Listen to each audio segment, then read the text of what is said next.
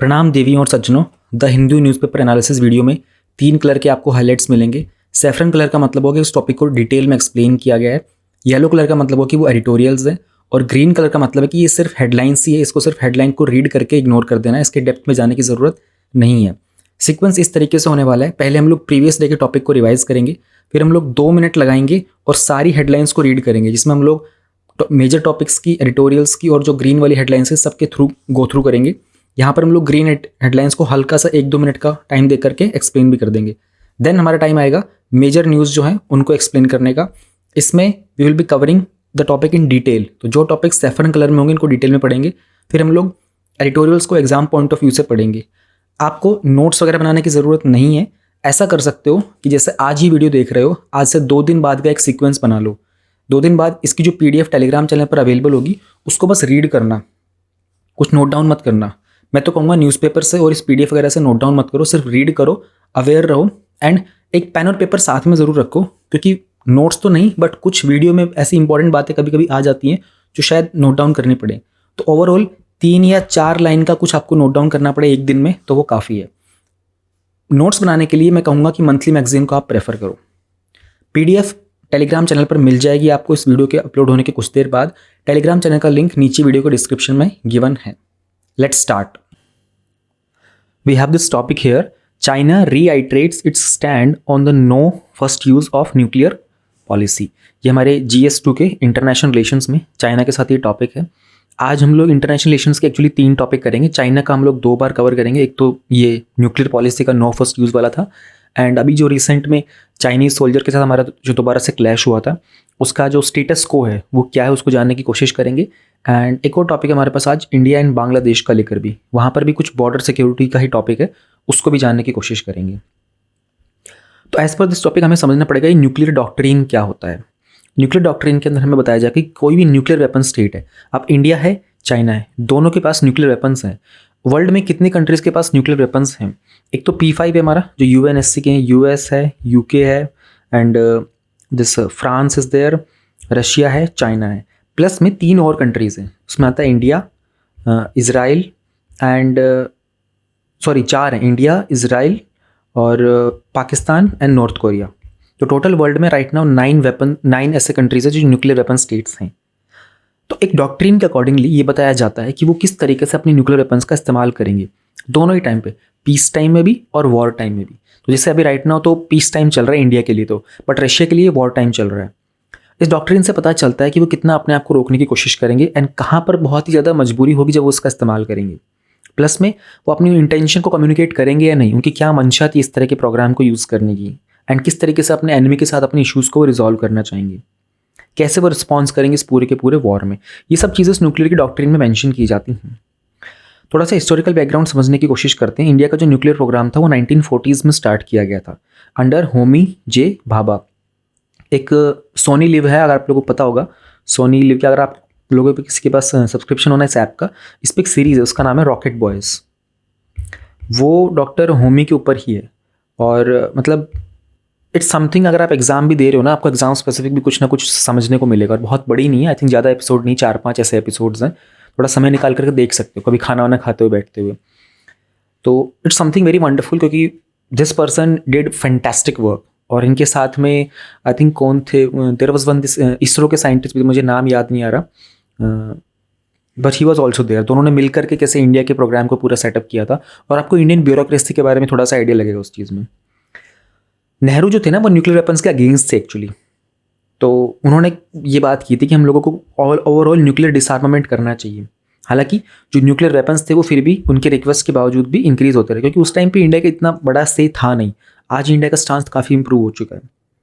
तो कम्युनिस्ट जो चाइना है ना, उन्होंने 1964 में अपने न्यूक्लियर टेस्ट कंडक्ट किए थे और उस टाइम पर 5 कंट्रीज थे, US, UK, USA, China, Russia, France, इन सबको 5 परमानेंट मेंबर्स बोलते हैं। इनके पास ये वेपन्स थे। इन्होंने इम्पोज किया था फिर न्यूक्लियर नॉन प्रोलिफरेशन ट्रीटी 1968 में।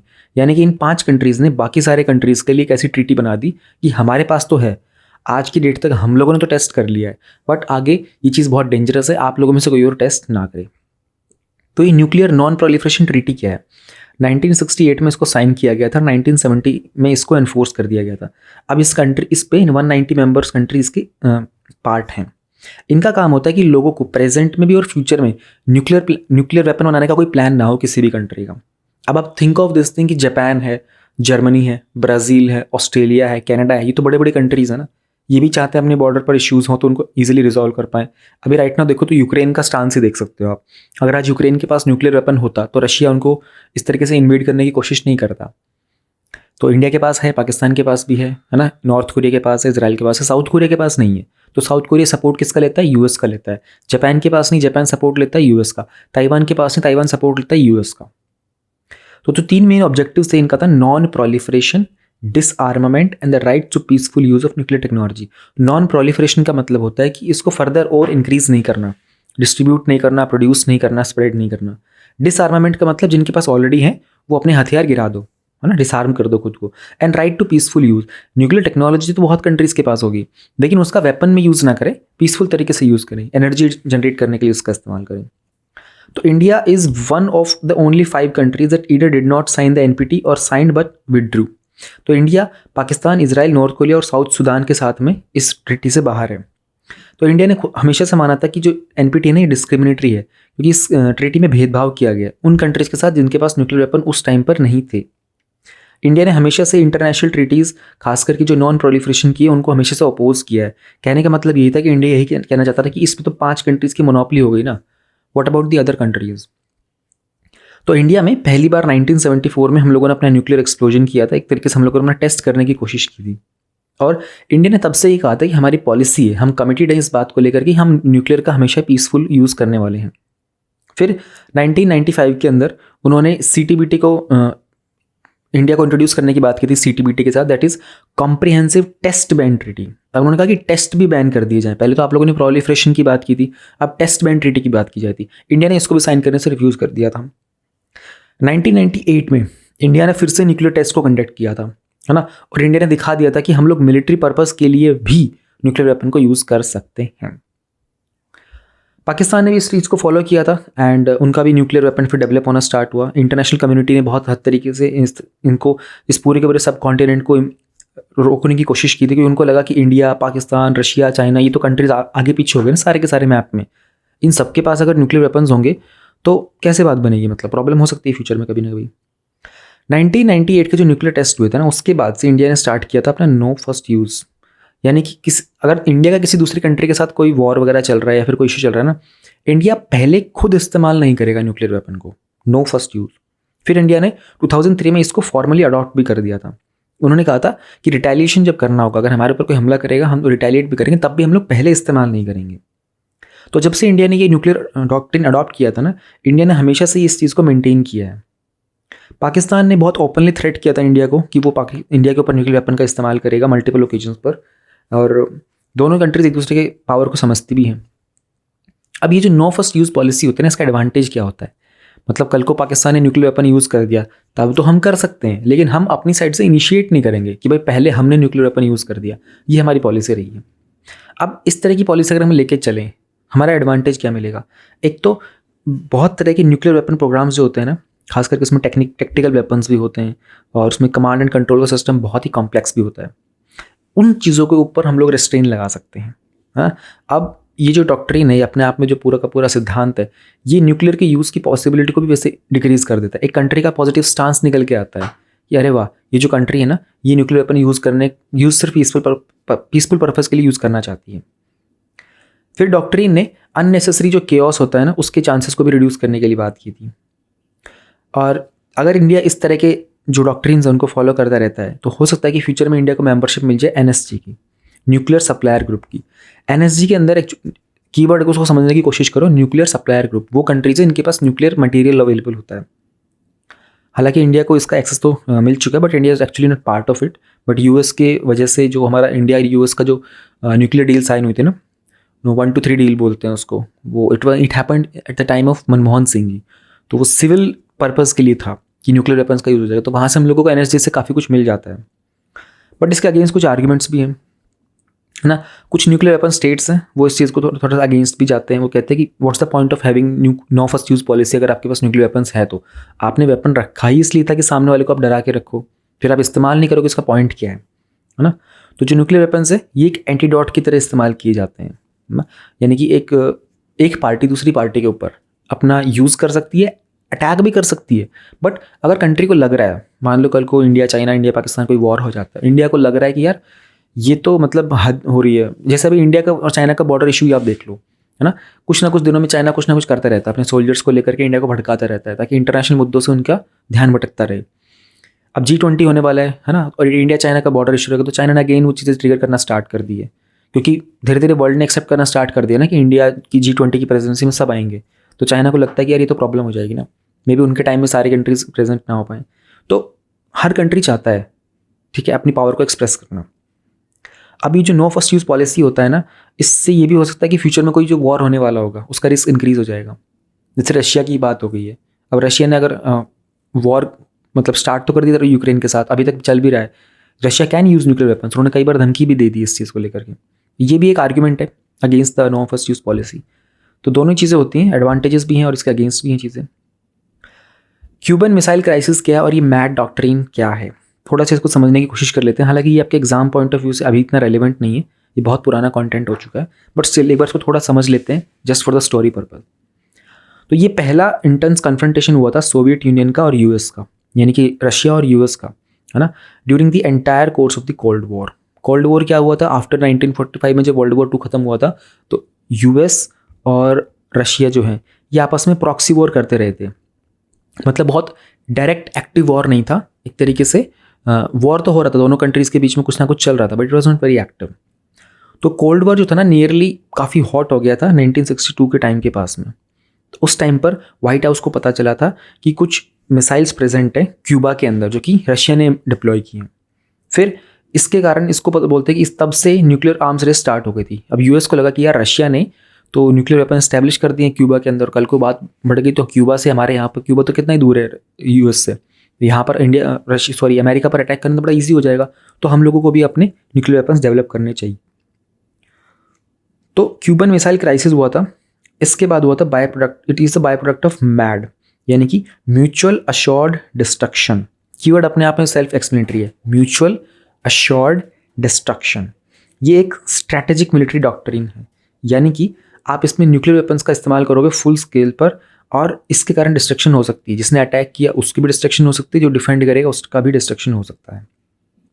अब इस स्ट्रैटेजी से दोनों ही पार्टीज एक लूप में फंस जाती हैं और दोनों को अपना मिलिट्री का बजट इंक्रीज करना पड़ता है। एक कंट्री कुछ अटैक करेगी, दूसरी री अटैक करेगी, उस अपने आप को बचाएगी, फिर वो हम पे अटैक करेगी। तो अटैक डिफेंस ऑफेंस चलता रहेगा। इंडिया के अंदर जो न्यूक्लियर फर्स्ट यूज़ पॉलिसी है ना, उसको भी सवाल उठाए गए थे कि वो पाकिस्तान को इस तरह का इनिशिएटिव अलाउ करता है। अगर इंडिया यूज़ नहीं करेगा तो पाकिस्तान स्टार्ट कर सकता है ना, तो क्या वो म्यूचुअल तरीके से शॉर्ट डिस्ट्रक्शन हो जाएगी? क्योंकि अगर पाकिस्तान ने यूज़ किया फिर तो इंडिया जवाब में छोड़ेगा नहीं। और लोग तो ऐसा भी बोलते हैं, नॉट जस्ट इंडिया के बाहर वाले भी ऐसा बोलते हैं, अगर पाकिस्तान ने गलती से भी इंडिया पे न्यूक्लियर वेपन का इस्तेमाल कर दिया ना तो 6 घंटे के अंदर अंदर पूरा पाकिस्तान ख़त्म है, एकदम धूल में मिल जाएगा। इंडिया के पास इतनी पावर है, इसलिए पाकिस्तान डराता रहता है। बस वो होता है ना, थोथा चना बाजेगा ना, वो बोलता बहुत रहता है, उनको यूज़ नहीं करना है। बट उनको पता है the moment they do it ना, इंडिया के सारे वेपन्स उनके सारे टारगेट हो जाएंगे विद इन 6 आवर्स, 6 घंटे के अंदर अंदर पूरा पाकिस्तान ही ख़त्म, कोई इंसान ही नहीं बचेगा, कोई बिल्डिंग नहीं बचेगी वहाँ पर। तो ये भी एक प्रॉब्लम है। एंड अगर इंडिया अपनी न्यूक्लियर फर्स्ट यूज़ पॉलिसी को छोड़ देता है, इंडिया कहता है कि नहीं हमको ज़रूरत पड़ेगी हम यूज़ करेंगे, तो क्या होता? देखो कुछ समय पहले ऐसा हुआ था, इंडिया के जो डिफेंस मिनिस्टर था उनका एक स्टेटमेंट आया भी था, राजनाथ सिंह जी का, 2019 से पहले आया था, I think something around that. He said कि अगर ज़रूरत पड़ी, है ना, इफ़ द सिचुएशन अराइजेज, तो अब इंडिया अपनी न्यूक्लियर की नो फर्स्ट यूज़ पॉलिसी को चेंज कर देगा, है ना। इसका मतलब इंडिया आपका जो स्टेटस है राइट नाउ इंडिया का स्टेटस क्या है कि हम एक रिस्पॉन्सिबल न्यूक्लियर पावर है, इंडिया का स्टेटस चेंज हो जाएगा। इस तरह का जो स्टेप रहेगा वो इंडिया की जो कमिटमेंट रही है न्यूक्लियर डिसआर्मामेंट की, उसके अगेंस्ट चला जाएगा, है ना। एंड इंडिया अगर ऐसा करेगा तो मे बी इसमें फिर और फर्दर जो वॉर होगा वो एस्केलेट ही करेगा, है ना। इंडिया की जो एबिलिटी है कि पाकिस्तान के ऑफेंसिव टैक्टिक्स को हम लिमिट कर सकते हैं, वो भी कहीं ना कहीं कोरोडोनी स्टार्ट हो जाएगी। फिर चाइना की हमेशा से एक्सपेंशनिस्ट पॉलिसी रही है ना, वो भी कहीं ना कहीं इस तरह के जो डॉक्ट्रिन्स होते हैं उनसे अपने आप को डेटर करते हैं, रोकने की कोशिश करते हैं। अब इस तरह का अगर डिसीजन इंडिया लेगा तो भाई चाइना के पास भी बहुत अच्छा सिग्नल मिल जाएगा चाइना को कि इंडिया ने यूज़, अब तक Pakistan is a friend of China now at this moment, है ना। तो चाइना उसको प्रोटेक्ट करने की कोशिश करता है और पाकिस्तान के ऊपर कल को हम लोग इंडिया अगर अटैक कर देता है, अगर मतलब ये पॉसिबिलिटीज़ है, सिचुएशन को समझने की कोशिश की जा रही है। अगर इंडिया नो फर्स्ट यूज़ को डिनाई करके पाकिस्तान पे अटैक करने की कोशिश करते हैं, देन व्हाट विल हैपन। तो चाइना भी इस चीज़ को सोचेगा कि हमें भी यूज़ करना चाहिए न्यूक्लियर वेपन अब इंडिया पर। तो इंडिया को बहुत बड़ी इन्वेंटरी की रिक्वायरमेंट है इस चीज़ के लिए, है ना, ऐसी न्यूक्लियर की कैपेबिलिटीज़ की एडवर्सरीज को एलिमिनेट करने के लिए। तो ये चीज़ अपने आप में बहुत कॉस्टली होने वाली है। तो फर्स्ट यून डॉक्ट्रिन को बेसिकली बहुत सारे न्यूक्लियर वेपन्स को डिवॉल्व करना पड़ेगा, साइंटिफिक एनक्लेव लेना पड़ेगा, है ना, मिलिट्री के लिए कैसा यूज़ होना, बहुत सारे पर्पस, बहुत सारे प्रोसेस के थ्रू गुजरना पड़ता है। तो वे फॉरवर्ड क्या हो सकता है, सिंस सिक्योरिटी जो एक डायनेमिक कॉन्सेप्ट है, सारे डॉक्ट्रिन्स को पीरियडिक रिव्यूज़ की रिक्वायरमेंट होती है। इंडिया के साथ भी सेम केस, अगर हमारे पॉलिसी मेकर्स रिव्यू करेंगे इंडिया के न्यूक्लियर डॉक्ट्रिन को, तो उनको इस बात का पता होना चाहिए कितनी इसकी कॉस्ट क्या होने वाली है, कितना डिस्ट्रक्शन होने वाला है, क्या वो रिकवरेबल है या नहीं है। तो इंडिया को ग्रेजुअली अपनी इस तरह के पोस्चर को रिवाइज करना चाहिए from active deterrence to dissuasive deterrence, यानी कि हम इस तरह का इंफ्रास्ट्रक्चर बना दें बॉर्डर के ऊपर ताकि हमारी सर्वेलेंस इंप्रूव हो जाए, हमारी दूसरी कंट्रीज़ को वार्निंग इंप्रूव हो जाए, तो हमको ज़रूरत ही नहीं पड़ेगी ना। We are creating alternate ways to deter, सामने वाले को बताने के लिए हम लोग ऑल्टरनेट वेज क्रिएट कर रहे हैं, हम डिस्ट्रक्शन वाले मेथड्स का यूज़ ही नहीं कर रहे हैं। तो इंडिया की तरह से ही चाइना के पास भी एक नो फर्स्ट यूज़ पॉलिसी है और इसके दोनों को कंट्रीज़ को अपॉर्चुनिटी मिलती है कि ग्लोबल ऑर्डर को हम लोग नो फर्स्ट यूज़ पॉलिसी को फर्दर प्रमोट करें। तो ये हमारा टॉपिक था, थोड़ा लेंदी ज़रूर था बट इट्स इंपॉर्टेंट क्योंकि दोनों कंट्रीज़ अभी आजकल टेंशन वाले मोड में हैं।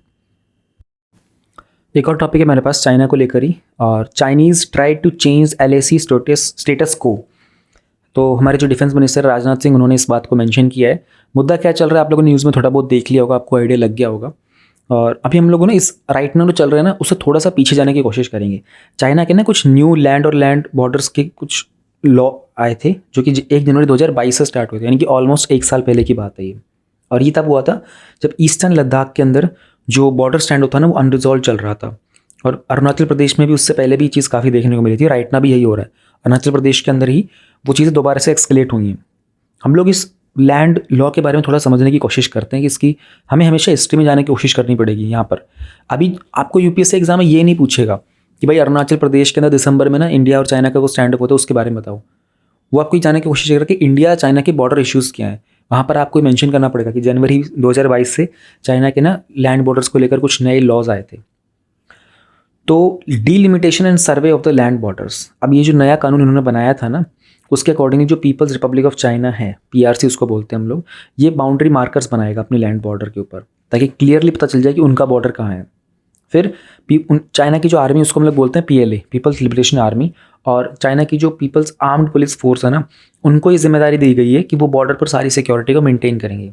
जैसे इंडिया की साइड से क्या होता है, हमारे यहाँ पर जो बॉर्डर की जिम्मेदारी है वो BSF के पास है, बॉर्डर सिक्योरिटी फोर्स के पास। बट आप देखोगे जम्मू कश्मीर में आर्मी डिप्लॉयड है, क्योंकि जम्मू कश्मीर वाला जो रीजन है ना, वो वॉर जोन में काउंट किया जाता है। तो आर्मी, नेवी, एयरफोर्स ये सिर्फ वॉर के लिए बनाए गए हैं, वो उनका रेगुलर यूज़ नहीं होता है। तो बॉर्डर पर जनरली हमारा काम है BSF के साथ में। बट आप देखोगे कुछ नेपाल वाले रीजन के पास, उत्तराखंड के पास हम लोगों ने एक जगह ITBP को लगाया हुआ है ना, और एक जगह पर हम लोगों ने SSB को लगाया हुआ है। ये डिफरेंट यूनिट्स हैं, डिफरेंट पर्पज़ के लिए। लेकिन एक्चुअल में जो हमारी कंट्री का बॉर्डर का जो पूरा मेंटेनेंस करना है ना, वो BSF का काम है। जैसे बांग्लादेश के साथ आप देखोगे गुजरात, राजस्थान, पंजाब बॉर्डर में यहाँ पर सब BSF डिप्लॉयड है। ऑलराइट, तो ये थोड़ा सा आपको डिस्टिंक्शन पता होना चाहिए, क्योंकि आर्मी को डिप्लॉय किया हुआ है कश्मीर में only because it is right. India के लिए वो अभी भी एक्टिव वॉर जोन ही है, हर दिन वहाँ कुछ ना कुछ चलता रहता है। तो जो पाकिस्तान की भी जो लिबरेशन आर्मी है और उनकी जो आर्म पुलिस फोर्स है, उनको जिम्मेदारी दी गई उनके बॉर्डर को प्रोटेक्ट करने की। अब उसमें उनको वहाँ की लोकल अथॉरिटीज़ के साथ कोऑपरेट करना पड़ेगा, और किसी भी तरह की ऐसी एक्टिविटी जहाँ से वो चाइना की जो नेशनल सिक्योरिटी है उसको एंडेंजर करेगा, इस तरह की चीज़ों को रोक लगा दी गई है। तो कोई सिटीज़न हो गया, लोकल ऑर्गेनाइजेशंस, उनको चाइना का बॉर्डर का इंफ्रास्ट्रक्चर को प्रोटेक्ट करना होगा। अब जो नया लॉ है ना, इससे for the border to be sealed in the event of war, यानी कि अगर कल को चाइना का वॉर होता है, अब चाइना के बॉर्डर के आसपास किसी भी कंट्री से, उस बॉर्डर को सील कर दिया जाएगा। राइट, अब उस बॉर्डर से आने जाने वाली कोई भी चीज़ होगी उसको रोक दिया जाएगा, क्योंकि हो सकता है कि कोई बायोलॉजिकल या फिर केमिकल एक्सीडेंट हो जाए, कोई नेचुरल डिजास्टर आ जाए, है ना, पब्लिक हेल्थ इंसिडेंट हो सकते हैं, multiple things can happen there. International cooperation की बात करते हैं तो जो बॉर्डर शेयरिंग कंट्रीज़ होते हैं, दो कंट्रीज़ आपस में जो बॉर्डर शेयर करते हैं ना, उनमें कंट्रीज जो ना इक्वलिटी एंड म्यूचुअल बेनिफिट के कुछ प्रिंसिपल्स के ऊपर काम करती है। जैसे इंडिया अगर पाकिस्तान के साथ कुछ बॉर्डर शेयर करती है तो हमको पता होगा, हमारे पास जैसे वो है ना अटारी वाघा बॉर्डर वाला है, वहाँ से अभी भी एक्सचेंज होता रहता है, गाड़ियाँ आती जाती रहती हैं। अफगानिस्तान में अगर कुछ भेजना होता तो इंडिया जो है पाकिस्तान वाले रूट के थ्रू, कश्मीर के थ्रू कुछ रूट्स बना करके वहाँ से भेजता रहता है। तो कुछ चीज़ें इक्वालिटी और म्यूचुअल बेनिफिट के लिए चलती रहती हैं। ये पहले हर कंट्री का होता है, इंडिया चाइना का भी चलता रहता है, ऐसी बात नहीं है। अब जो लॉ है ना उसमें बात की गई थी जॉइंट कमिटीज़ बनाएंगे सिविल और मिलिट्री के लिए, ये चाइना की साइड से हो रहा है। तो उन्होंने कहा था कि जो भी लैंड बॉर्डर की ट्रीटीज़ है ना उन सबको चाइना फॉलो करेगा, they will abide by all these treaties, alright. And जो भी रेस्पेक्टिव कंट्रीज़ हैं उनके साथ सारी नेगोशिएशंस करेगा, उनको सेटलमेंट करेगा। अब ये चाइना का स्टैंड रहा था जनवरी 2022 के लिए। कंसर्न क्या थे? Formalise the Chinese military transactions law. इन्होंने जो ये पूरा जो नया लैंड बॉर्डर का जो लॉ लेके आए थे ना, इन्होंने लीगल पावर दे दी थी कि चाइना की जो मिलिट्री का ट्रांसग्रेशन होगा ना अक्रॉस द LAC 2020 में, यानी कि चाइना ने LAC क्रॉस करके इंडिया का जितना पार्ट उन्होंने वो ऑक्यूपाई करने की कोशिश की थी ना, चाइना ने उसको लीगलाइज कर दिया था कि ठीक है, चाइना ने कहा कि हमारा पार्ट है ना। अब उनकी मिलिट्री को ये स्टेटस मिल गया कि तो लीगली है, तो फिर वो छोड़ेंगे भी नहीं।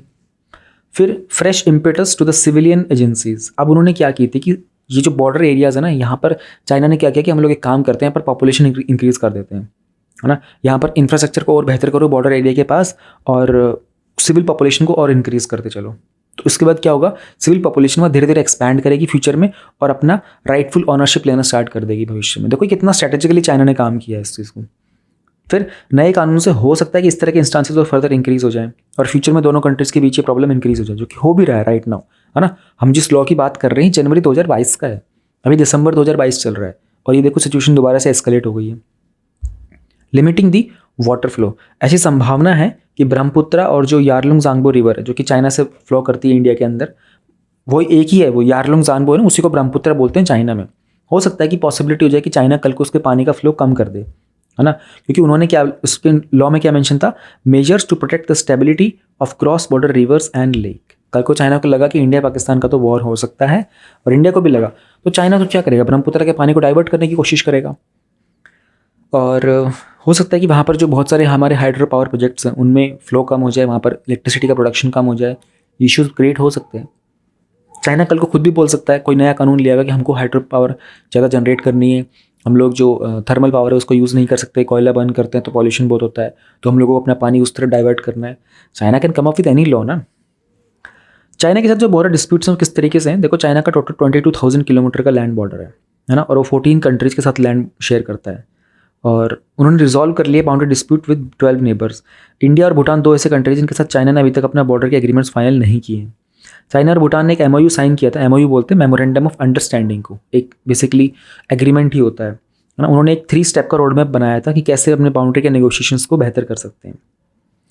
इंडिया चाइना का जो बॉर्डर डिस्प्यूट है ना वो अराउंड 3,488 यानी कि कह सकते हो तकरीबन 3,500 किलोमीटर का है। This is under the line of actual control. और चाइना और भूटान का जो डिस्प्यूट है वो तकरीबन 400 किलोमीटर का है। वे फॉरवर्ड क्या हो सकता है, तो naming of 15 places in Arunachal Pradesh as its own territory by the China came India as China remain वो डिप्लोमेटिक। बेसिकली चाइना ने क्या किया था ना, जब ये नया लॉ लेके आए थे इन्होंने कुछ 15 प्लेसेस ऐसे थे अरुणाचल प्रदेश में, उनको अपना नाम दे दिया था।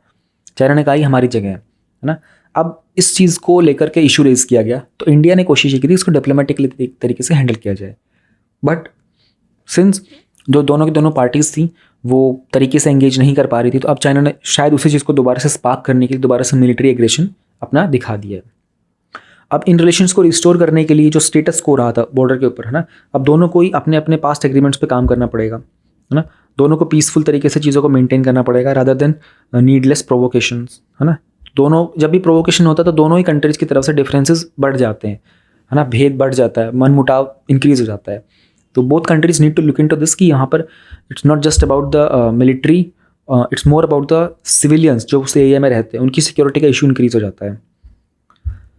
तो ये था चाइना का जो स्टेटस को था, एंड इसी चीज़ को उन्होंने दोबारा से चेंज करने की कोशिश की है। अब उनके जो कुछ पीपल्स लिबरेशन आर्मी के जो सोल्जर्स थे वो इंडिया में ट्रांसफर करने की कोशिश कर रहे थे, एंड इंडिया के जो सोल्जर्स थे उन्होंने उनको रोकने की कोशिश भी की थी। तो जो यांगसे रीजन है अरुणाचल प्रदेश का, वहाँ पर ये सब चीज़ें देखने को मिली थी recently. Now we have this topic, India holds discussion on security with Bangladesh. ये भी हमारे GS2 का ही है। और इंटरनेशनल रिलेशंस का ये हमारा एक टॉपिक है। तो 2017 में एक प्रीलिम्स का क्वेश्चन आया था इसी से कनेक्टेड, इंडिया और बांग्लादेश के बॉर्डर के साथ ही।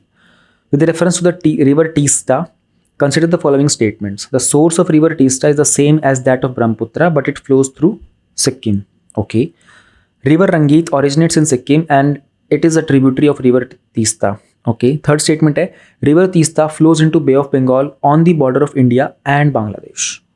और इनमें से हमें बताना है कौन सा करेक्ट है, 1 and 3, 2 only, 2 and 3, 1, 2 and 3. अब अगर इसमें से एक स्टेटमेंट गलत हो जाती है ना, जैसे या तो 2 गलत हो जाए 3 गलत हो जाए, तो हमारे पास आंसर निकालना थोड़ा सा इजी हो जाएगा। तो हम लोग 1 को छोड़ करके 2 and 3 पर फोकस करने की कोशिश करते हैं। तो स्टेटमेंट 2 क्या था, river Rangeet originates in Sikkim and it is a tributary of river Teesta. River Teesta flows into bay of Bengal on the border of India and Bangladesh. अगर बे ऑफ बंगाल में ही जा रही होती ना रिवर तीस्ता, तो आपको पता होता, क्योंकि आपको पता है कि मेजरली तो गंगा ही जाती है और ब्रह्मपुत्रा आगे जो मर्ज कर जाती है।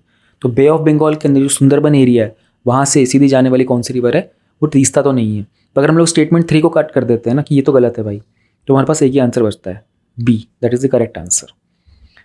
अब ये पढ़ना तो पड़ेगा, ये उस टाइम पर 2017 में जब क्वेश्चन आया था तभी टॉपिक न्यूज़ में था, इसलिए ये यूपीएससी ने पूछा भी था। सो ये तो अकॉर्डिंगली आपको पढ़ना पड़ेगा भाई, जो चीज़ एग्जाम में आने लायक है। कोशिश करते हैं, इंडिया ने रिसेंटली बांग्लादेश के साथ जो सिक्योरिटी का इशू डिस्कस किया था, तो इंडिया बांग्लादेश में के बारे में कुछ समझने की कोशिश करेंगे बॉर्डर को लेकर के। अब बांग्लादेश का जो लैंड वाटर है ना, वो 3 साइड से इंडिया के साथ कनेक्टेड है ना, एंड कुछ एक साइड जो उसमें से वो बे ऑफ बंगाल की साइड से रन करती है। तो इंडिया और बांग्लादेश का ना लार्जेस्ट बॉर्डर है। इंडिया जितने भी नेशन के साथ बॉर्डर शेयर करता है ना, उसमें लार्जेस्ट बांग्लादेश के साथ करता है।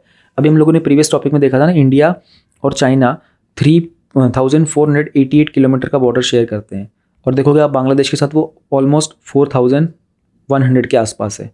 तो सबसे बड़ा जो बॉर्डर इंडिया का शेयर होता है वो होता है बांग्लादेश के साथ। इंडिया पहला कंट्रीज ने बांग्लादेश को एज अ सेपरेट और इंडिपेंडेंट स्टेट रिकॉग्नाइज किया था, जाहिर सी बात है।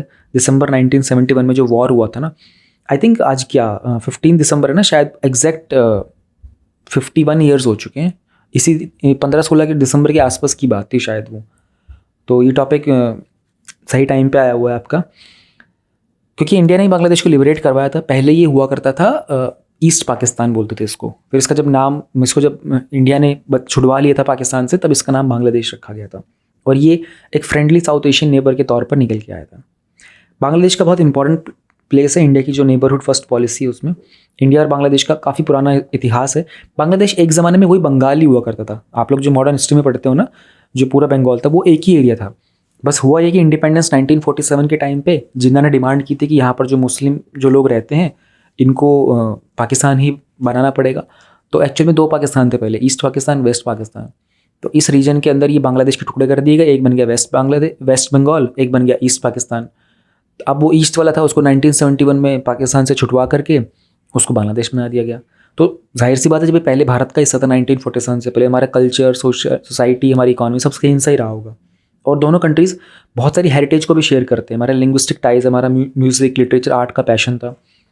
तो रविंद्रनाथ टैगोर जी जिन्होंने नेशनल एंथम बनाया था दोनों के लिए, इंडिया के लिए तो बनाया था जनगण मन, और बांग्लादेश के लिए भी उन्होंने बनाया था, आमार सोनार बांग्ला बोलते हैं उसको। हालांकि कुछ मेजर इश्यूज़ हैं अभी भी, जैसे कि कुछ रिवर वाटर को लेकर के, तीस्ता रिवर का वाटर शेयरिंग कैसे होगा, है ना, इलीगल इमिग्रेंट्स आ जाते हैं। अब जो हमारा ये है ना, ये जो CAA वाला एक्ट आया था जिसको लेकर के बहुत शोर हुआ था 2020 में, स्टार्टिंग में दिसंबर के आसपास, दिसंबर 2019 से शोर स्टार्ट हुआ था, CAA, NPR, NCR, है ना। एंड ये सारा का सारा जो मुद्दा था ना, एक्चुअली में इसकी शुरुआत हुई 1971 के बाद थी। 1971 के आसपास है ना, बहुत सारे जो लोग थे ना वो इलीगल तरीके से असम रीजन के अंदर आ गए थे। तब से ही सारा सेंसस वगैरह का एंड ये मुद्दा सब स्टार्ट हुआ था।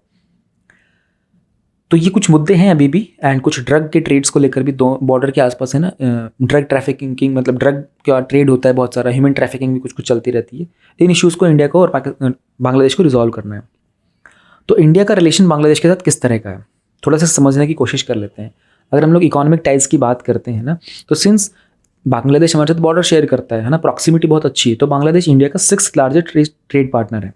और इंडिया ने duty free, quota free access दिया हुआ है, यानी कि जब इंडिया से दूसरी साइड में कोई सामान अगर जाता है उस पर कोई ड्यूटी नहीं लगती है, और कुछ कोटा भी नहीं है कि भाई इतना लिमिट ही होगा, ऐसे होगा। तो ये एक्सेस दिया हुआ है बांग्लादेश को, and except tobacco and alcohol, इन 2 चीज़ों के अलावा, है ना। ये 2011 से चल रहा है। दोनों कंट्रीज़ का जो बायलैटरल ट्रेड रहा है ना वो 2021-22 में हुआ है 18.2 बिलियन के आसपास तक का, और पिछले साल से इंक्रीज़ था। पिछले साल ये 10.8 बिलियन था, यानी कि कह सकते हो 11 बिलियन था, और इस बार कह सकते हो 18 बिलियन हो गया। तो तकरीबन 7 बिलियन का ट्रेड हमारे यहाँ पे इंक्रीज़ हुआ है। एंड इंडिया और बांग्लादेश की गवर्नमेंट के ना 6 बॉर्डर हार्ट्स भी हैं, 4 मेघालय में है, 2 त्रिपुरा में है। रिवर वाटर को शेयर किया रहता है, इंडिया बांग्लादेश के पास 54 कॉमन रिवर्स हैं, this is very important to remember. और 1996 में हम लोगों ने बांग्लादेश के साथ एक गंगा वाटर ट्रीटी भी की थी, जहाँ पर हम लोग जो लीन सीजन होता है, खास करके जनवरी से मई वाला जो होता है, उस टाइम पर जैसे पानी जब कम होता है तो किस तरीके से इंडिया बांग्लादेश के साथ उस वाटर को शेयर करेगा। मोस्ट रिसेंटली जो कुशियारा पैक्ट किया था वो साइन किया गया था, ताकि जो सदर्न असम के लोग हैं और बांग्लादेश में तो सिलहट रीजन है, उनके लोग आपस में कैसे बेनिफिट ले सकते हैं। कनेक्टिविटी की बात करते हैं तो हम लोगों ने बात की, अभी भी देखा कि 4096 किलोमीटर का बॉर्डर है इंडिया के साथ, और बांग्लादेश इंडिया में असम को, त्रिपुरा, मिजोरम, मेघालय, वेस्ट बंगाल को टच करता है। यहाँ पर इनलैंड वाटरवेज भी हैं और उसमें बहुत सारे प्रोटोकॉल्स हैं। प्रोटोकॉल का मतलब होता है set of rules. Agartala Akhaura rail link भी है, ये पहला रेल रूट है नॉर्थ ईस्ट इंडिया का और बांग्लादेश के बीच में। पावर और एनर्जी सेक्टर के मामले में भी इंडिया एंड बांग्लादेश का फ्रेंडशिप पाइपलाइन प्रोजेक्ट बहुत रिसेंट में स्टार्ट हुआ था 2018 में ही, जो कि वेस्ट बंगाल में एक सिलीगुड़ी एक जगह है, उसको कनेक्ट करता है बांग्लादेश का जो प्रभातीपुर है वहाँ से। प्लस में एक framework of understanding FOU sign किया था हाइड्रोकार्बन सेक्टर के लिए भी। टूरिज्म की अगर बात करते हैं तो मिनिस्ट्री ऑफ टूरिज्म के अकॉर्डिंगली बांग्लादेश में लार्जेस्ट शेयर है फॉरेन टूरिस्ट ट्रेवल्स का 2020 का इंडिया में, और मोस्टली लोग यहाँ पर मेडिकल ट्रीटमेंट के लिए इंडिया में आते हैं।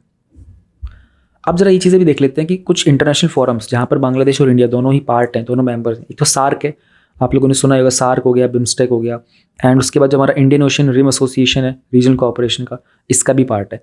देखो कुछ दिनों पहले हम लोगों ने ये IORA वाले टॉपिक के ऊपर कवर किया था ना, और ये भी देखा था कि चाइना किस तरीके से एक नया ग्रुप बनाने की कोशिश कर रहा है इंडियन ओशन के लिए, जहाँ पर चाइना डोमिनेट कर सके। अभी तो इंडियन ओशन वाले ग्रुप में इंडिया डोमिनेट करेगा, एंड बट चाइना कोशिश कर रहा है कि इस रीजन में एक नया ग्रुप बन जाए और चाइना वहाँ पर लीडर बन जाए। ये तो हम लोगों ने दोनों के बारे में थोड़ा सा समझ लिया, दोनों की लिंक्स को समझने की कोशिश की थी। Now let us also try to understand कि दोनों के बीच में कुछ करंट जो मेजर इश्यूज चल रहे हैं वो क्या क्या हैं। तीस्ता रिवर वाटर डिस्प्यूट क्या है? तीस्ता रिवर जो है ना वो फ्लो करती है इंडिया से बे ऑफ बंगाल में through Bangladesh. Almost half a dozen जो डिस्ट्रिक्ट्स है ना वेस्ट बंगाल के, वो डिपेंडेंट है इस रिवर के ऊपर। अब ये मेजर सोर्स ऑफ इरीगेशन है to the paddy growing, paddy मतलब हो गया यहाँ पर राइस, जो पूरा का पूरा रीजन है ना बांग्लादेश का रंगपुर रीजन है, उसके लिए बांग्लादेश ये बोलता है कि उनको ना इस रिवर के वाटर का ना फेयर शेयर नहीं मिल पा रहा है, यानी कि जितना मिलना चाहिए था, क्योंकि जो वाटर जो है ना ये स्टेट सब्जेक्ट है इंडिया के अंदर।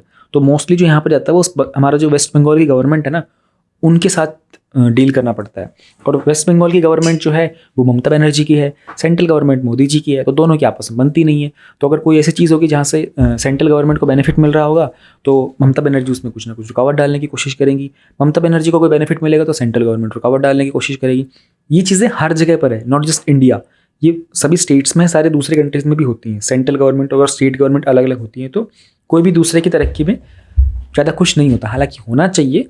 और ये जो टॉपिक है ना ये आपके फेडरलिज्म में भी आता है। जब हम लोग GS2 का फेडरलिज्म वाला टॉपिक करते हैं ना, वहाँ पर ये रिवर वाटर डिस्प्यूट जो ना तीस्ता वाला, ये एग्जाम्पल के तौर पर भी आपको लिखना होता है। तो अभी तक कोई ट्रीटी ऐसी साइन नहीं की गई है जो इस तीस्ता वाटर शेयरिंग डिस्प्यूट को रिजॉल्व कर सके दोनों नेशंस के बीच में। फिर रिवर वाले इशू के बाद आता है हमारा इलीगल माइग्रेशन वाला। बांग्लादेश का जो रिफ्यूजीज़ हैं और इकोनॉमिक माइग्रेंट्स, काम के सिलसिले में वो लोग बॉर्डर क्रॉस करके इंडिया में आ जाते हैं, क्योंकि उनको लगता है कि इंडिया में आके काम करने से थोड़ा पैसा ज़्यादा मिलेगा, अच्छा लाइवलीहुड मिलेगा। या फिर कुछ ऐसे सेक्शंस होते हैं जो रिलीजियसली डिस्क्रिमिनेट हो जाते हैं, तो वो वहाँ से यहाँ पे आ जाते हैं। ऐसा होता है कि इस्लाम वाले भी, हिंदुज़म वाले भी, क्रिश्चियनिटी बुद्धिज़्म वाले भी, जिन्हें बांग्लादेश में वो रिस्पेक्ट नहीं मिल रही होती, वो डिग्निटी नहीं मिल पा रही होती है, या फिर उनको बिट्रेल मिल जाता है, तो वो भी बॉर्डर क्रॉस कर जाते हैं। अलग अलग रीजन से लोग क्रॉस करते हैं बॉर्डर को। इसके कारण इंडिया की तरफ में सोशियो इकोनॉमिकल और पॉलिटिकल इशू बहुत ज़्यादा बढ़ जाता है ना। उसके सीरियस इंप्लीकेशंस होते हैं हमारे रिसोर्सेज पर भी, हमारे नेशनल सिक्योरिटी पर भी। और ये जो इशू था ये फर्दर एस्केलेट भी हो गया था जो म्यांमार से जो रोहिंग्या रेफ्यूजीज़ थे ना वो बांग्लादेश के थ्रू होकर इंडिया में जब आए थे। तो NRC जो हमारा नेशनल रजिस्टर ऑफ सिटीजन्स, उसमें है कि जो माइग्रेंट्स वगैरह वो किस तरीके से ना आए। सिंस हमारा रजिस्टर में जब रिकॉर्ड रहेगा, उन लोगों का रिकॉर्ड नहीं मिलेगा, तो हमें आइडेंटिफाई करना ईजी हो जाएगी, अच्छा ये इंडिया का नहीं है, ये बाहर से, तो उन्हें हम समहाउ रोक सकते हैं। फिर एक और जो इशू आता होता है ड्रग स्मगलिंग एंड ट्रैफिकिंग का। बहुत सारे ऐसे केस देखने को मिले थे जहाँ पर क्रॉस बॉर्डर है ना ड्रग्स वगैरह सप्लाई किए जाते हैं चोरी चोरी छुप के। और ये चीज़ सिर्फ बांग्लादेश साइड में नहीं है, ये पाकिस्तान साइड में भी बहुत है। अभी आप लोगों ने देखा होगा अब मैंने ट्रेलर देखा है, मैंने पता नहीं है, लेकिन नेटफ्लिक्स पर एक ट्रेलर आया हुआ है रिसेंटली जो रणदीप हुड्डा है उसका, वो कैट नाम से, उसमें ऐसा ही कुछ दिखाया गया है। पाकिस्तान बॉर्डर से जो ड्रग स्मगलिंग वगैरह होती है, हालांकि मेरे को पता नहीं उस सीरीज़ में क्या है, कि मैंने देखी नहीं है, ना मुझे किसी ने रिव्यू दिया है, बट ट्रेलर से मुझे ऐसा आइडिया लगा था। तो और ये जो मूवी थी उड़ता पंजाब, उसमें भी यही सब बताया गया था ना, एक्चुअल में जो ड्रग वगैरह का इस्तेमाल होता है वो सारा आता क्रॉस बॉर्डर से ही है। और हम लोगों ने दो तीन दिन ही आई थिंक पिछले वीक को टॉपिक किया था, जहाँ पर हम लोगों ने गोल्डन ट्रायंगल और वो क्रेसेंट के बारे में भी बात की थी, तो उसमें पाकिस्तान का भी नाम आता है। और इसके अलावा ह्यूमंस की ट्रैफिकिंग भी होती है ना, एनिमल्स और बर्ड स्पीशीज़ वगैरह की भी पोचिंग भी की जाती है। और ह्यूमंस में खास करके विमेन और चिल्ड्रन, छोटे बच्चे और महिलाओं की जो होती है ना तस्करी की जाती है, ये भी बहुत गलत होता है यहाँ पर। टेररिज्म की अगर बात करते हैं तो JMB एक टेररिस्ट ग्रुप है, जमात उल मुजाहिदीन बांग्लादेश करके। तो इनके बहुत सारे आउटफिट्स हैं जो कि खास करके बांग्लादेश में पाए जाते हैं। एंड बांग्लादेश का, इंडिया, मलेशिया, UK इन सब पर ये टेरर ग्रुप जो है अपना कुछ ना कुछ वर्चस्व या धौंस जमाने की कोशिश करता है। रिसेंटली हमारा जो NIA है, हमारी जो नेशनल इन्वेस्टिगेशन एजेंसी है, उन्होंने चार्जशीट भी फाइल की थी JMB के 6 मेंबर्स के अगेंस्ट, और भोपाल के स्पेशल कोर्ट में उन्होंने ये चार्जशीट फाइल की थी। ग्रोइंग चाइनीज़ इन्फ्लुएंस इन बांग्लादेश, बांग्लादेश के अंदर चाइना का जो प्रभाव है वो बढ़ता चला जा रहा है, क्योंकि बांग्लादेश जो है वो चाइना का BRI का पार्ट है। चाइना का ना एक इनिशिएटिव है, उसको बोलते हैं belt and road initiative. India उसका पार्ट नहीं है, तो चाइना क्या कर रहा है, ऑल ओवर द वर्ल्ड ना इंफ्रास्ट्रक्चर से कनेक्टिविटी बनाने की कोशिश कर रहा है। तो Bangladesh Chinese military equipment import भी करता है, यानी कि बांग्लादेश चाइना का एक ट्रेड पार्टनर है, खास करके मिलिट्री इक्विपमेंट्स में भी। तो जाहिर सी बात है कि बांग्लादेश अलाउ करेगा चाइना को उनका इन्फ्लुएंस, और चाइना अपनी खास करके वो कंट्रीज़ जो इंडिया के फेवर में है, चाइना उनको अपनी साइड करना चाहता है। तो चाइना क्या करेगा, बांग्लादेश को दूसरी कंट्रीज़ के कंपैरिजन थोड़ा सस्ता मटेरियल दे देगा, ऐसा होता है। तो हम लोगों ने ये सारी चीज़ें देखी, हम लोगों ने इश्यूज़ भी देख लिए, और ये सब रिसेंटली डिस्कस किए गए थे। अब हमारा वे फॉरवर्ड क्या हो सकता है, क्या हम इन चीज़ों को हैंडल कर सकते हैं। हमें तीस्ता रिवर का जो वाटर डिस्प्यूट है ना, इसको एड्रेस करना पड़ेगा। हमें एक म्यूचुअल एग्रीमेंट पे जाना पड़ेगा, जहाँ पर हम लोग, और सिग्नल कोऑपरेटिव फेडरलिज्म हम लोगों ने बात की थी ना, सेंट्रल गवर्नमेंट का स्टेट गवर्नमेंट के साथ इश्यू, क्योंकि water is a part of state subject as per the 7th schedule of the Indian constitution.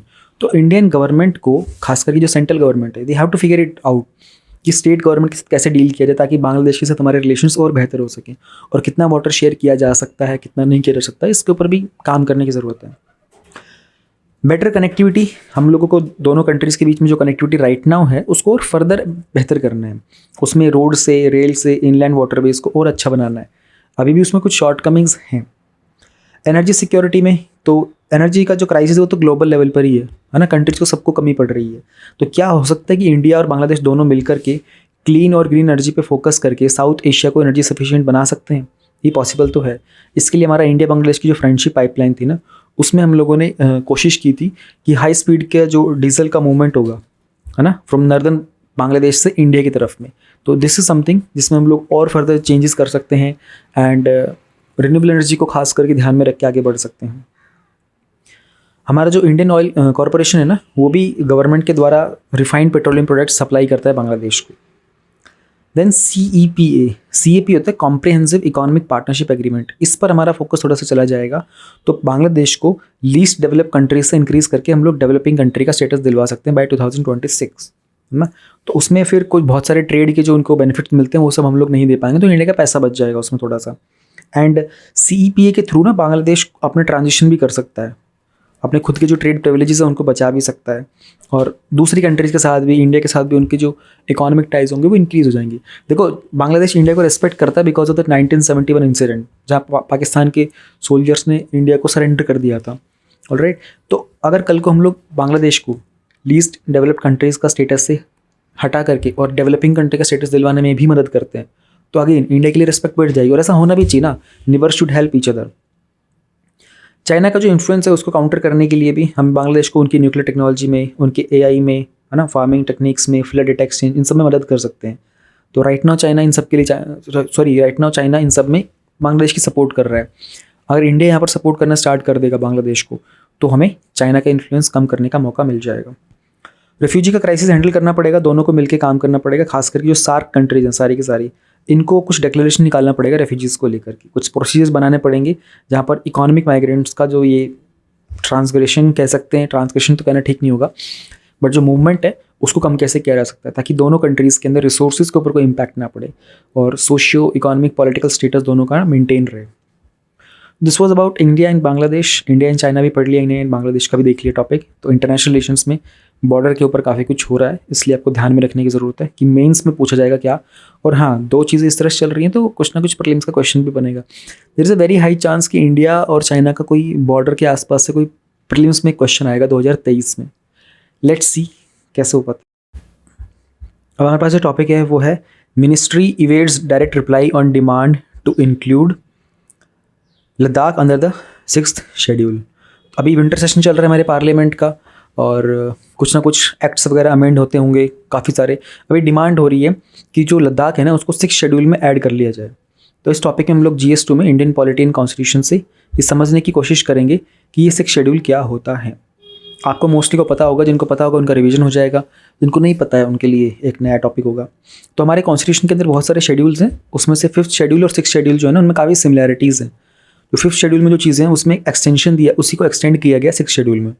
तो इसमें ना ऑटोनमस डिस्ट्रिक्ट काउंसिल बनाए जाते हैं 4 नॉर्थ ईस्टर्न स्टेट्स के, असम, मेघालय, त्रिपुरा और मिजोरम। इसमें क्या होता है, ये वो रीजन है जहाँ पर ट्राइबल कल्चर बहुत है, उसको प्रोटेक्ट करने के लिए इन 4 स्टेट्स में ADCs बनाए जाते हैं। अब इसका बनाने का मुद्दा जो था ना वो ये था कि जो ट्राइबल और जो इंडिजिनस आइडेंटिटी है ना उसका रिलेशनशिप मेंटेन करना है ना। जो कल्चर है, जो आइडेंटिटी वहाँ के इंडिजिनस लोगों का, उसको कैसे प्रिजर्व कर सकते हैं, कैसे उनको उनके लैंड का कंट्रोल उन्हीं के पास रहे, उनके नेचुरल रिसोर्सेज को कोई उनसे छीन ना सके। हालांकि इसके कारण क्या हो कि बहुत सारे डिफरेंट ग्रुप्स में कुछ कन्फ्लिक्ट भी हुआ है ना। खास करके जो ट्राइबल ग्रुप्स हैं और जो नॉन ट्राइबल ग्रुप्स हैं उनमें आपस में लड़ाई हो जाती है। वो बोलते हैं कि हम, ये हमारा लैंड है, तुम्हारा लैंड है, वो कहते हैं कि तुमको बेनिफिट मिला है, हमको नहीं मिला हुआ है। इसके कारण स्टेट में और रीजन के अंदर हार्मनी, स्टेबिलिटी और इकोनॉमिक डेवलपमेंट जो है बार बार डिस्टर्ब होते रहते हैं। तो क्या है ये special status of 6 schedule areas. 6 schedule को ओरिजिनली इंटेंशन थी इसमें ट्राइबल एरियाज, वो एरिया जिनकी ट्राइबल पॉपुलेशन 90% से ज़्यादा है ना, जो उस टाइम का जो अनडिवाइडेड असम था, उनको हम लोगों ने एक्सक्लूड एरियाज कवर किया था। और ये उस ज़माने में मेंशन था गवर्नमेंट ऑफ इंडिया 1935 के अंदर, और ये आता था डायरेक्ट कंट्रोल ऑफ गवर्नर के अंदर। देखो ये जो स्टेटमेंट है ना, यहाँ से आपका प्रीलिम्स का कोई क्वेश्चन भी बन सकता है, इसे भी ध्यान रखिएगा। अभी जो 6th शेड्यूल है कॉन्स्टिट्यूशन का, इसमें एडमिनिस्ट्रेशन की पावर मिलती है ट्राइबल एरियाज़ की, असम, मेघालय, त्रिपुरा, मिजोरम। इसको जनरली AMTM भी बोलते हैं, ताकि जो ट्राइबल पॉपुलेशन है ना इन स्टेट्स की, उनको थोड़ी सी प्रोटेक्शन मिल सके। और ये जाता है हमारे कॉन्स्टिट्यूशन के आर्टिकल 244 एंड आर्टिकल 275 के अंदर। अब कैसे प्रोटेक्शन मिलेगी, तो इस एरिया की जो ऑटोनॉमी होती है ना वो दी जाती है ऑटोनमस डिस्ट्रिक्ट काउंसिल को। एक काउंसिल मतलब एक बॉडी बनाई जाती है, कुछ लोगों की रिप्रेजेंटेशन होता है उसमें।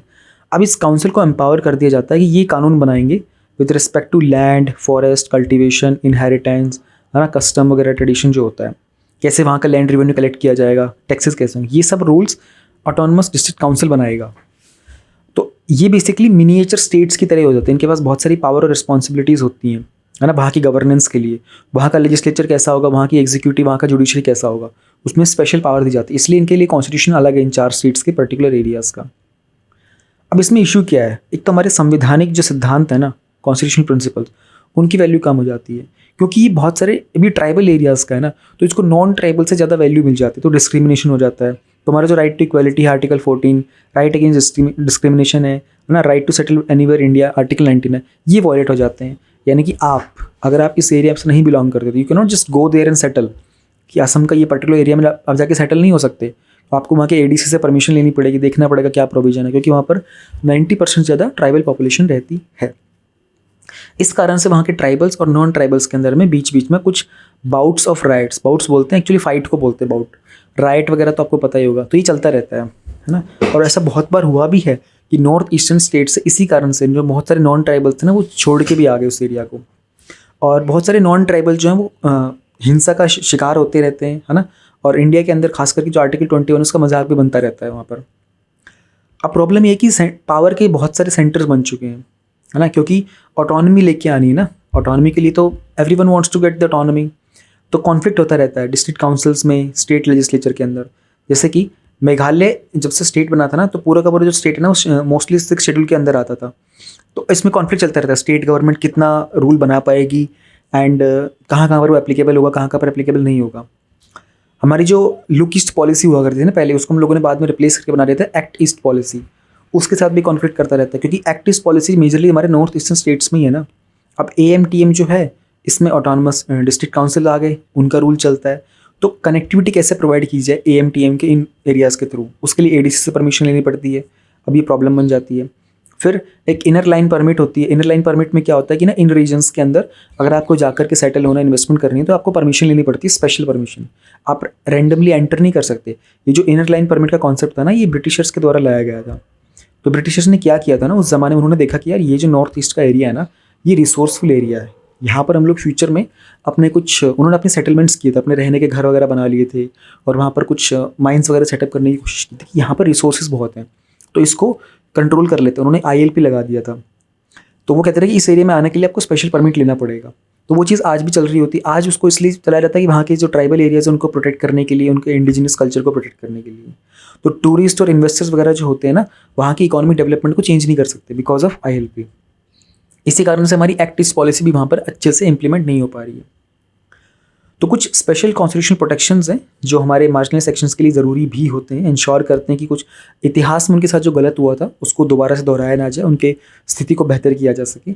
लेकिन कभी कभी क्या होता है ना कि खासकर इस तरह की चीज़ें जहाँ पर एक्सक्लूसिव राइट्स मिल जाते हैं, तो जो नॉन ट्राइबल्स का जो इश्यू होता है वो भुला दिया जाता है, उसको भी कंसिडर करने की हमें ज़रूरत है। गवर्नमेंट को, दूसरी एजेंसीज को, ट्राइबल्स को भी और नॉन ट्राइबल को, दोनों को आत्मविश्वास में लाना पड़ेगा, कॉन्फिडेंस में लाना पड़ेगा, दोनों की सिक्योरिटी, दोनों की बिलोंगिंगनेस, दोनों की कनेक्टिविटी पे काम करना पड़ेगा, क्योंकि ये अपने आप में बहुत ही सेंसिटिव इशू है। अब आपने ये तो समझ लिया 6th शेड्यूल क्या होता है। अब जो हमारा न्यूज़ था वो यही था कि इस शेड्यूल के अंदर अब लद्दाख को भी ऐड कर दिया जाए। ये मुद्दा अभी रिसेंटली उठाया गया था पार्लियामेंट में। तो मिनिस्ट्री इवेट्स डायरेक्ट रिप्लाई। जो मिनिस्ट्री थी उन्होंने डायरेक्टली, होम मिनिस्ट्री ने, ये चीज़ होम मिनिस्ट्री के अंडर आती है, तो होम मिनिस्ट्री ने इसका रिप्लाई देने से कहीं ना कहीं अपने आप को बचाने की कोशिश की थी।